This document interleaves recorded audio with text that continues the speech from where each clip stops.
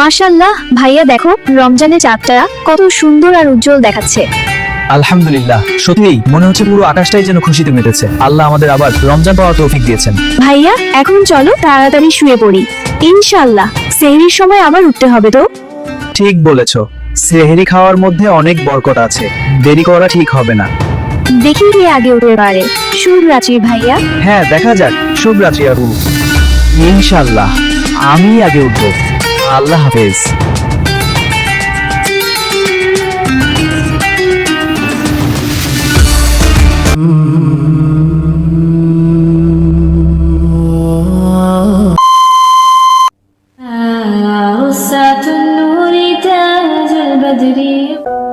সুবহানাল্লাহ, আলহামদুলিল্লাহ, আল্লাহু আকবার।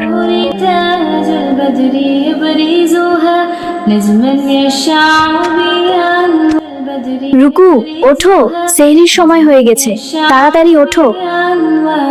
ভাইয়া আরেকটু ঘুমিয়ে নেই প্লিজ ভাইয়া, 5 মিনিট পর উঠছি। রুকু বোন আমার, তাড়াতাড়ি উঠে পড়ো, একদম সময় নেই, আর মাত্র 30 মিনিট আছে। সেহরি না খেলে তো তোমার রোজা রাখতে খুব কষ্ট হবে। জি ভাইয়া, আমি এখনই উঠতেছি। তাহলে তাড়াতাড়ি চলো, আম্মু বসে আছে সেহরি নিয়ে আমাদের জন্য।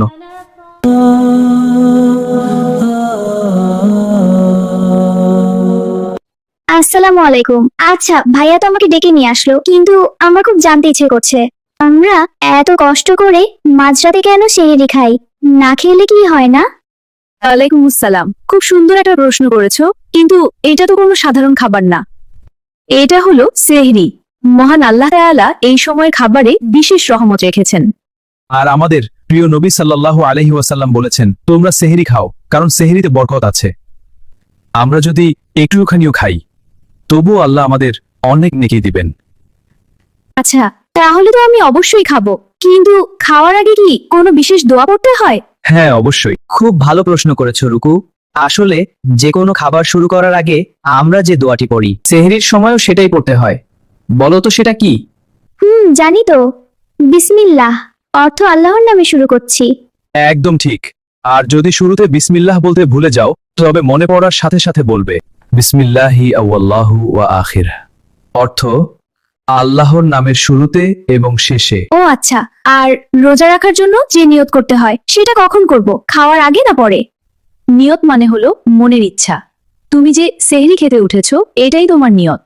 তবে মুখে উচ্চারণ করে বলাটা ভালো। তুমি খাওয়ার মাঝখানে বা পরেও মনে মনে বলতে পারো, নাওয়াইতু আন আসুমা গাদাম মিন শাহরি রমাদান আল মুবারাকি ফারদাল্লাকা ইয়া আল্লাহু ফাতাকবাল মিন্নি ইন্নাকা আনতাস সামিউল আলিম।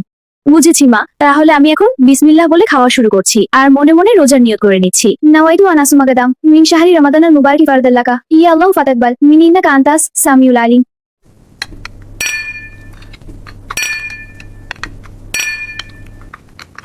সোয়াদ, রুকু, তাড়াতাড়ি কুলি করে নাও, আজান দিতে আর মাত্র কয়েক মিনিট বাকি আছে। জি আব্বু, আমি মেসওয়াক করে ওযু করতে যাচ্ছি।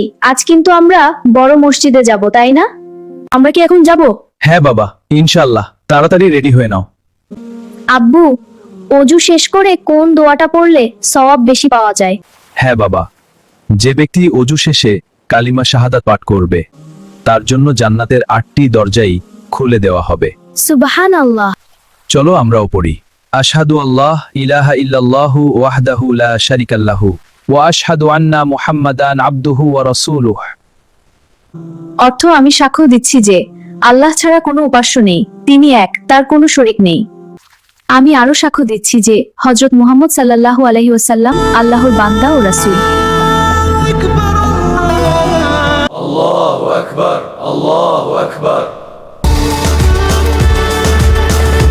রোজার দিনে শুধু না খেয়ে থাকা নয়, বেশি বেশি ইবাদত করা জরুরি। ভাইয়া, ক্ষুধা লাগছে না, কিন্তু ইফতারির কথা ভাবলেই জিভে পানি চলে আসছে। ধৈর্য ধরো রুকু, রোজার আসল মজাই তো সবুর করা। চলো আমরা ইফতারের মেনু ঠিক করি। হ্যাঁ চলো। আব্বু, আর কতক্ষণ? ঘড়িটা কি আজকে একটু আসতে চলছে? আর মাত্র 5 মিনিট রুকু। এই সময়টা মোনাজাত করার সেরা সময়। চলো, মনে রেখো রুকু, নবীজি সাল্লাল্লাহু আলাইহি ওয়াসাল্লাম বলেছেন, ইফতারের আগের দোয়া কবুল হয়। আল্লাহুম্মা লাকা সুমতু ওয়া আলা রিজকিকা আফতারতু। হে আল্লাহ, আমি আপনার জন্যই রোজা রেখেছি এবং আপনার দেওয়া রিজিক দিয়ে ইফতার করছি। আলহামদুলিল্লাহ, অনেক প্রশান্তি লাগছে। এভাবেই রমজান আমাদের ধৈর্য আর নিয়মানুবর্তিতা শেখায়। হ্যাঁ, তুমি ঠিক বলেছ। এই শিক্ষা আমাদের জীবনকে সুন্দর করে। আপনারাও পরিবারের সাথে আনন্দ করে রোজা রাখুন। সবাইকে রমজান মোবারক। আল্লাহ হাফেজ।